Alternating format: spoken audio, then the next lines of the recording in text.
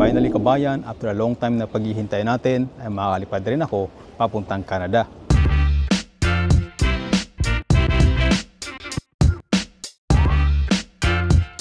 Hello guys, this is Dads from Dads Info TV. Finally kabayan, after a long time na paghihintay natin, ay makakalipad rin ako papuntang Canada. Kung talagang pangarapin mo at syempre may kasamang dasal, in God perfect time, ay wala pong imposible.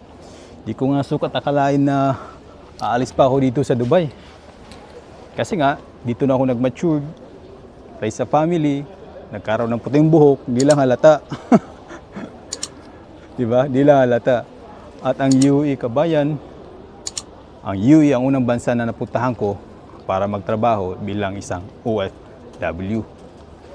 Sa loob ng 17 years na panirahan ko dito,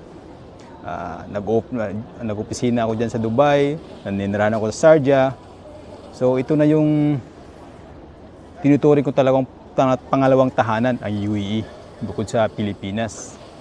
Naalala ko pa noong kabayan 2006 ng aking unang salta dito sa Dubai, summer noon, kagaya ngayon, dahil nga sa sobrang init at humid, ay parang gusto ko nang bumalik ng loob ng airport.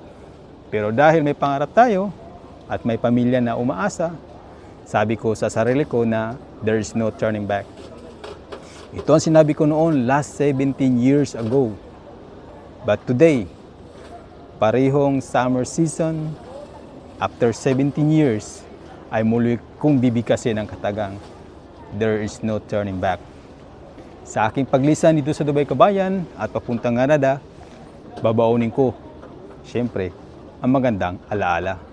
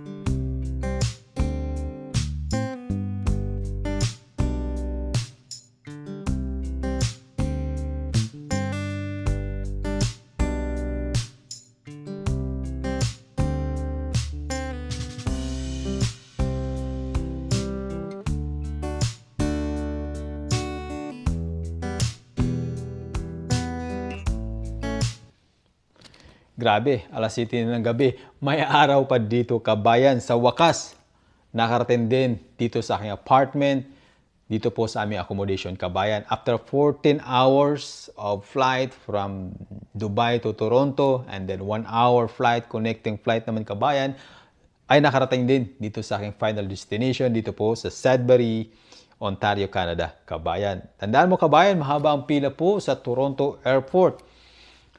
Kaya at least dapat meron kang 5 hours layover kung meron kang connecting flight na gaya ko. Kung wala naman, di okay lang. Tandaan mo kabayan, kasi dapat meron kang enough time para makuha mo ang iyong working permit. Kasi mahaba po ang pila doon. Marami pong mga dumadating na mga, alam mo na, mga nangangarap na makapunta sa Canada. Kasi doon sa immigration kabayan, may dalawang section. Una, declaration. Pangalawa, iikot ko doon sa likod, doon mo muna makukuha ang working permit mo kabayan bilang isang, alam mo na, temporary foreign worker dito po sa Canada. So mabalik tayo kabayan, bakit ba ako umalis pa ng Dubai?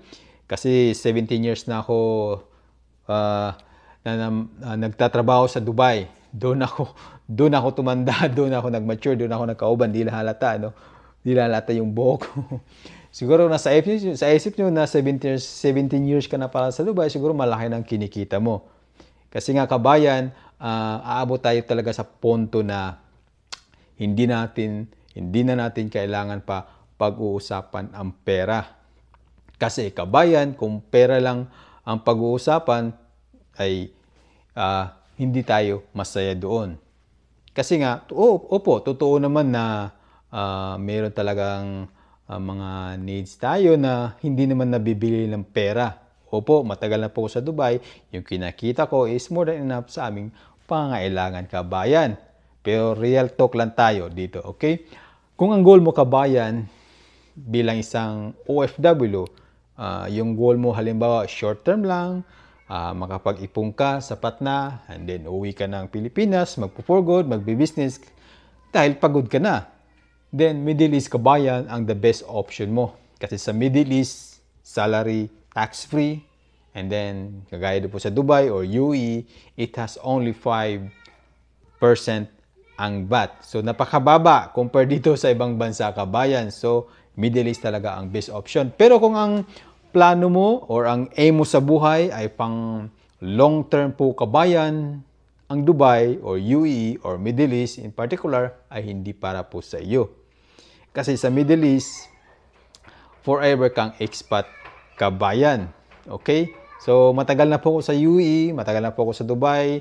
Diyan ako nag-office sa Dubai, tapos doon ako nakatira sa Sharjah. So, mahaba ang biyahe.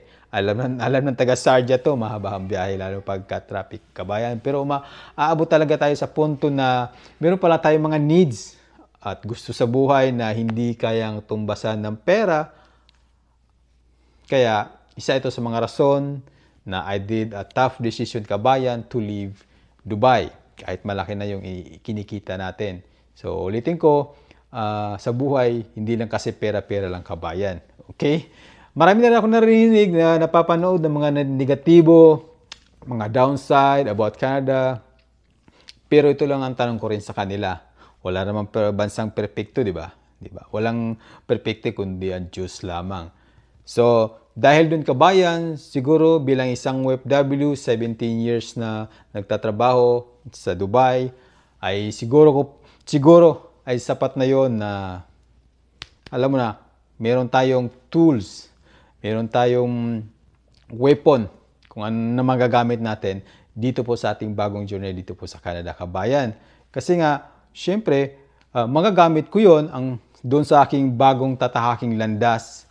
Kaya samahan mo kabayan sa aking journey dito po sa Canada. This is my second chapter of my life bilang isang OFW. Sabay-sabay natin i-explore dito kabayan ang mga opportunity dito sa Canada. Okay? So, kung nagbabalak ka rin na pumunta dito sa Canada in the future, wala namang masama, di ba? Ay mag-subscribe ka na kabayan sa ating YouTube channel. Okay, follow mo ako sa ating FB channel kabayan. Dahil hindi natin alam, isa ako na maging tulay, isa ako sa makatulong sa iyo. Magtanong ka lang sa akin. Hanggat sa kaya ko, sasagutin ko po ang iyong mga katanungan kabayan. Kapag hindi ko alam, magtanong tayo dito sa mga nauna sa atin. Di ba? Wala namang ibang magtutulungan kundi tayo mga Pilipino lamang. Lalo na yung mga OFW na malapit sa akin. Okay kabayan, so ano pang hinihintay mo? Mag-subscribe mo na at i-follow mo na yung FB page natin na Dad's Info TV. This is Dad's from Dad's Info TV. Okay, magpapaalam po muna kabayan mula po dito sa Sudbury, Ontario, Canada. See you soon. Shukran.